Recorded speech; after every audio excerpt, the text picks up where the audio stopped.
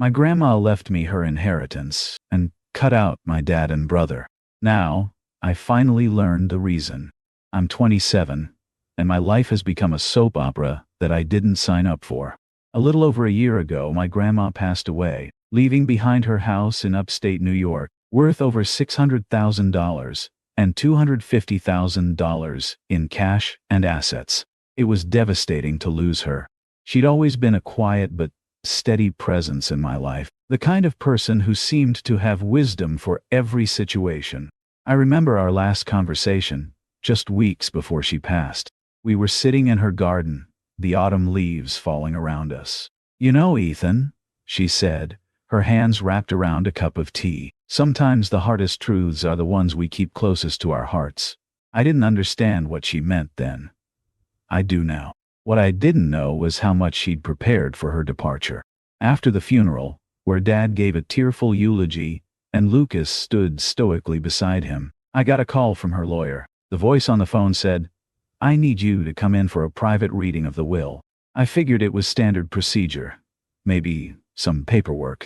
What I didn't expect was to walk into a room with my two aunts, Clara and Linda, and hear that my grandma had left 1/3 of her estate to each of them, and the last third to me. Me. Not my dad. Not my brother Lucas. Me. "This can't be right," I remember saying, my voice barely above a whisper. The lawyer, Mr. Davidson, adjusted his glasses. "I assure you, your grandmother was very clear about her wishes." I was stunned. I wasn't married, didn't have kids, and was still figuring out my career. Meanwhile, my dad was a small business owner, a father of 2, and the type of guy who never missed a family gathering. Why would she leave it to me? I barely had time to process the news before Mr. Davidson slid an envelope across the table. "Your grandmother wanted you to have this," he said, his expression giving nothing away. Inside was a handwritten letter, her familiar cursive bringing tears to my eyes. But the words quickly shifted my emotions from sadness to shock. My dad wasn't Lucas's biological father. My mom had been pregnant when they met in college, and my dad had decided to raise Lucas as his own. This decision caused a massive rift in the family, with my granddad disowning my dad entirely. The letter explained that my grandma had stayed in touch with Dad secretly, but her resentment lingered. She felt my dad had betrayed the family by keeping Lucas's parentage a secret. Her decision to leave him out of the will was her way of making a statement, a way to acknowledge what she saw as the sacrifices I had made over the years.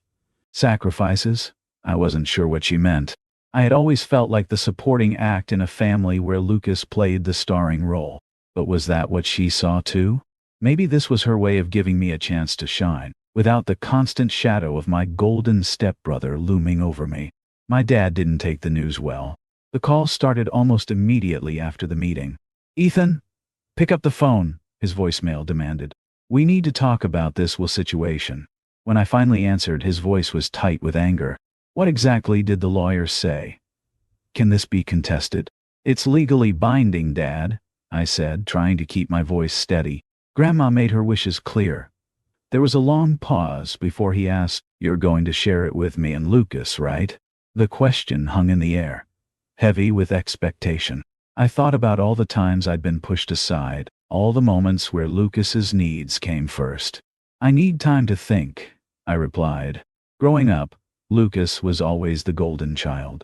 Every soccer game had Dad on the sidelines, shouting encouragement. "That's my boy," he'd yell when Lucas scored a goal. Meanwhile, my achievements collected dust. I remember the day I won the statewide writing competition. I'd spent months perfecting my story, staying up late to get every word right. "Dad," I said at dinner, "I won first place." He barely looked up from his plate. "That's nice, son. Hey, Lucas, tell us about that scholarship interview." Now, armed with this secret, I saw the pattern more clearly than ever. My dad had spent years overcompensating for Lucas, making him feel like he belonged, but in doing so, he'd pushed me aside. My mom's reaction to the inheritance was telling. When I confronted her about the letter's contents, she wouldn't meet my eyes. "Your grandmother had her reasons," she said, busying herself with dishes that didn't need washing. "Mom, did you ever plan to tell me the truth?" Her hands stilled. Some truths are better left buried, Ethan. As the days passed, my dad's frustration boiled over. One evening, he and Lucas showed up unannounced at my apartment. "This inheritance nonsense ends tonight," my dad declared as they pushed past me into the living room. Lucas, his face red with anger, jabbed a finger at my chest. "You're being selfish, Ethan. This money should help the whole family." I laughed bitterly. "Help the whole family? You mean help you, Lucas? Everything has always been about you." "What's that supposed to mean?" he demanded. "It means I'm tired of being second best. Every achievement, every milestone. Nothing I did was ever good enough because it wasn't you doing it." The argument escalated, years of resentment bubbling to the surface.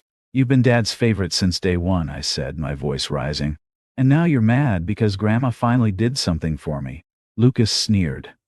"You're just jealous because Dad loves me more. At least I earned what Grandma gave me. You've been handed everything on a silver platter your whole life." The tension was unbearable, but I refused to budge. I wasn't going to let them guilt me into giving up what was rightfully mine. Then came the moment with the letter.